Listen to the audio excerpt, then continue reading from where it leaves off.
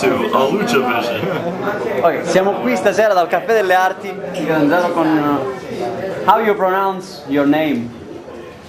Shane. No, the name of the band. Ahleuchatistas. Ahleuchatistas. Why? Where come from this name? It comes from a Charlie Parker song called Aleucha, and tistas, which is the suffix on Zapatistas, Sandinistas. Okay. Okay. Welcome in Catanzaro. Thank you. It's the first time in Italy with this formation, band formation. It's the second. We came here in the spring and did like 9 shows, but we never came this far south. This is our first trip. It's nice to be here in the winter. Now you play in 2, guitar and drum. That's right. But previous you were in 3 elements, right? The bass player? Just the evolution of the music, you know. Yeah, we already had like a duo relationship formed, and we were contemplating getting another bass player. Our other bass player retired, and so.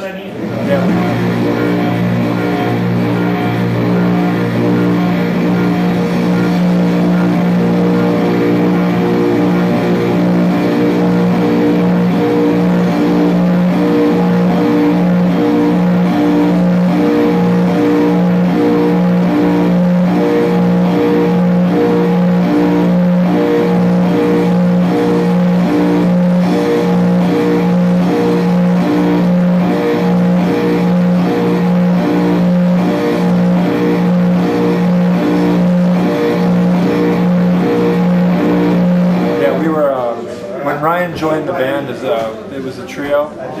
He replaced our original drummer, the amazing and talented Sean Dale, and we got the amazing and talented Ryan Oslands. And then when the group became a duo, well, first of all, when he joined the group as a trio, we immediately began to play as a duo.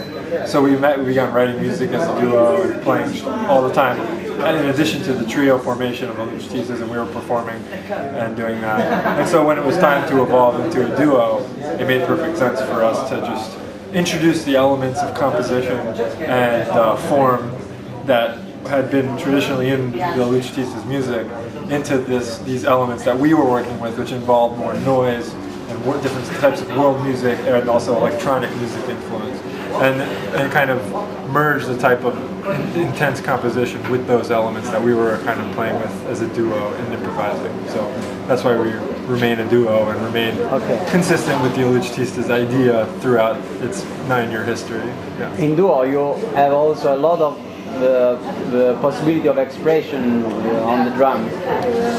Yeah, I think because there's the bass frequencies aren't swallowing up like the bass drum and the toms necessarily, and making a defined rhythmic pattern for me to.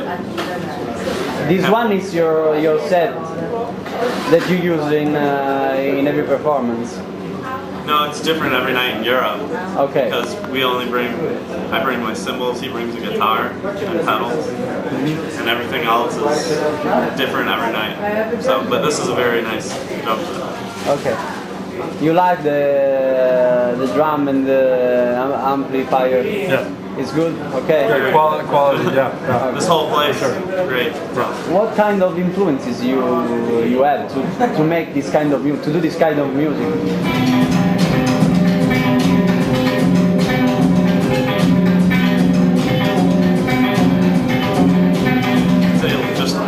Both our backgrounds, the music come from so many different places. It's not, you can't really pin it to anything but a combination of a lot of things. We both share a lot of, like, when we first met, the first conversation we ever had lasted for just like 3 hours, you know, on the telephone, and we were just talking about all these different types of musics that we both enjoyed, and so we just bring this really large palette and mutual interest in different musics that come out in this playing in a very natural way. So it's not so much, we're not forcing these elements into the music. I think it's just naturally what we enjoy, and for us to express ourselves, we kind of maybe play identifiable elements from different styles of music. If you can make sense of that, because it makes sense, but that was not the easiest way to say it.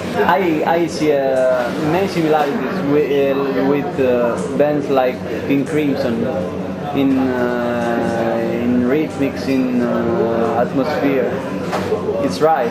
I think so. I think they were a really important band that kind of changed the perspectives of a lot of musicians and listeners, and so I definitely can see some similarities in terms of, I don't think we sound like King Crimson, but I think that there's a unifying kind of, or there's a shared idea of they were innovators. Forward. An attitude, is a similar attitude. An attitude, yeah, definitely, yeah. I grew up listening to their records on my bedroom wall. We too. Yeah. We too. Definitely changed my life when I got Court of the Crimson King when I was 16 years old. This is the 18th date of this tour, you said. Okay. Tonight we have to see a good performance. Yeah. I think what it is that the period of time in which we're in on this tour is a very unique period for like human beings to become like, to have such an intense volume of concerts one after the other, and for us to already have the level of communication that we have from our 3 years repertoire and all the concerts we've done in different styles of music, for us to be playing this focused material night after night after night after night. After about a week of that, we don't think anymore. Everything becomes very slowed down, and I think it becomes really natural and fun for us to play and for the audience to engage with, because it feels very organic. So barring like some technical issue, it should be very like much a total experience. I hope. That's what we aim to deliver. But at this point, we don't have to aim, because it's just like the fact of that reciprocity, the action-reaction. We've done it every night, and now it's just like, okay. We would like to ask you something about the graphic. But he told me about it. There's a designer from Catanzaro did the poster. Easy. Yeah. Non c'è. Yeah, you should be telling us.